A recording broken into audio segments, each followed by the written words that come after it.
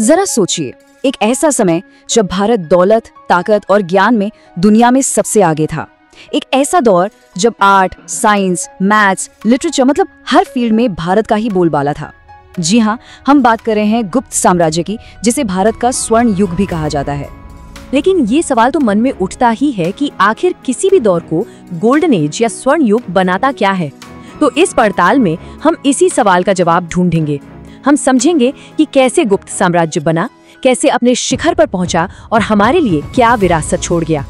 हर बड़ी कहानी की तरह इसकी शुरुआत भी काफी मामूली थी। एक छोटा सा राजवंश जिसने बस एक सही राजनीतिक शादी से पूरे भारत का भविष्य बदल दिया। आइए देखते हैं ये हुआ कैसे। तो देखिए, कहानी शुरू होती है श्रीगुप्त से। उन्होंने गुप्त वंश की नींव रखी, लेकिन असली गेम चेंजर साबित हुए चंद्रगुप्त प्रथम। जब उन्होंने लिच्छवी राजकुमारी कुमार देवी से शादी की तो ये सिर्फ एक विवाह नहीं था, ये था दो बड़े और ताकतवर राज्यों का गठबंधन, जिसने एक छोटे से वंश को एक विशाल साम्राज्य बनने का रास्ता दिखा दिया। और इस साम्राज्य को इसकी असली बुलंदियों तक पहुंचाया दो ऐसे महान सम्राटों ने जिनके नाम इतिहास में हमेशा के लिए अमर हो गए। पहले थे समुद्रगुप्त। मशहूर इतिहासकार V.A. स्मिथ ने तो उन्हें इंडियन नेपोलियन तक कह दिया, लेकिन सच पूछिए तो उनकी कामयाबियां शायद नेपोलियन से भी कहीं बड़ी थीं। उनकी मिलिट्री पावर का अंदाजा आप इसी बात से लगा सकते हैं कि उन्होंने 100 से भी ज्यादा लड़ाइयां लड़ी और कहते हैं कि वो एक भी नहीं हारे। और उनकी रणनीति तो और भी कमाल की थी। देखिए, उत्तर भारत के राजाओं को तो उन्होंने सीधे सीधे अपने कंट्रोल में ले लिया, लेकिन दक्षिण के राजाओं को हराया जरूर, पर उन्हें अपना राजकाज चलाने की छूट थी। इतना ही नहीं, उन्होंने श्रीलंका जैसे दूर दराज के देशों के साथ भी डिप्लोमेटिक रिश्ते बनाए।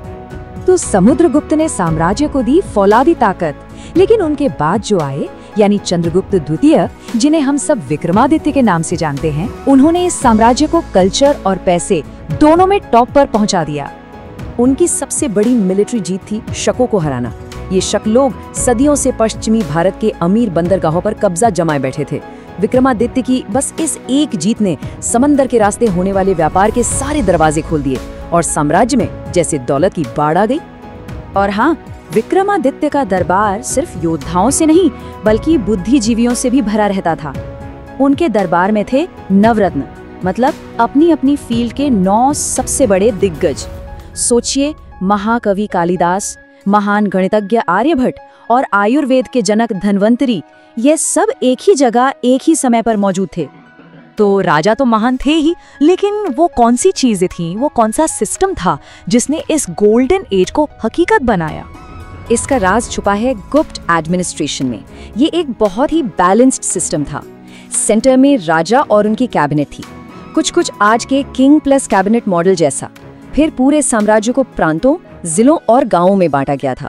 और सबसे अनोखी बात ये थी कि गांवों को अपने फैसले लेने की आजादी थी, जो काफी हद तक आज के पंचायती राज सिस्टम जैसा है। और इसी शांत और स्थिर समाज में विज्ञान ने जो तरक्की की वो हैरान कर देने वाली थी। और इसका सबसे बड़ा सबूत है ये नंबर 0। जी हाँ, आर्यभट्ट ने दुनिया को जीरो का कॉन्सेप्ट दिया, जिसने मैथ्स की पूरी दुनिया ही बदल कर रख दी।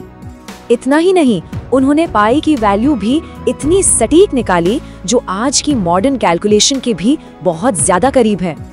और तो और उन्होंने ये भी हिसाब लगा लिया था कि धरती को सूरज का एक चक्कर लगाने में करीब 365.25 दिन लगते हैं। सोचिए, उस जमाने के हिसाब से ये कितनी क्रांतिकारी खोज थी।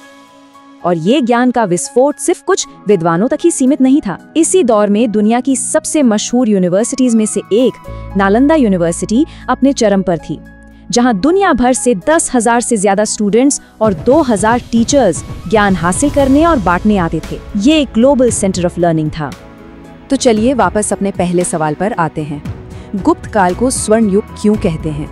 क्योंकि यहाँ कला, विज्ञान, साहित्य, पैसा और सामाजिक शांति सब कुछ एक साथ अपने पीक पर था। यही होता है किसी भी स्वर्ण युग का असली ब्लूप्रिंट। मगर इतिहास का एक कड़वा सच है, जो चीज जितनी ऊपर जाती है उसे कभी न कभी नीचे भी आना पड़ता है। कोई भी साम्राज्य हमेशा के लिए नहीं रहता। तो हुआ ये कि मध्य एशिया से आए हुनों ने लगातार हमले करके सीमाओं को बहुत कमजोर कर दिया। ऊपर से बाद के राजा अपने पूर्वजों जितने काबिल नहीं निकले और धीरे धीरे अंदरूनी झगड़ों ने इस महान साम्राज्य को बिखेर कर रख दिया। लेकिन यह सबसे जरूरी बात यह है कि साम्राज्य तो मिट जाते हैं, उनकी सीमाएं बदल जाती हैं, पर उनके विचार, उनकी खोजें और उनकी कला हमेशा जिंदा रहती है। गुप्त साम्राज्य ने हमें शून्य दिया, कालिदास का साहित्य दिया और नालंदा जैसा ज्ञान का प्रकाश स्तंभ दिया। ये वो विरासत है जो आज भी भारत की पहचान का एक अटूट हिस्सा है।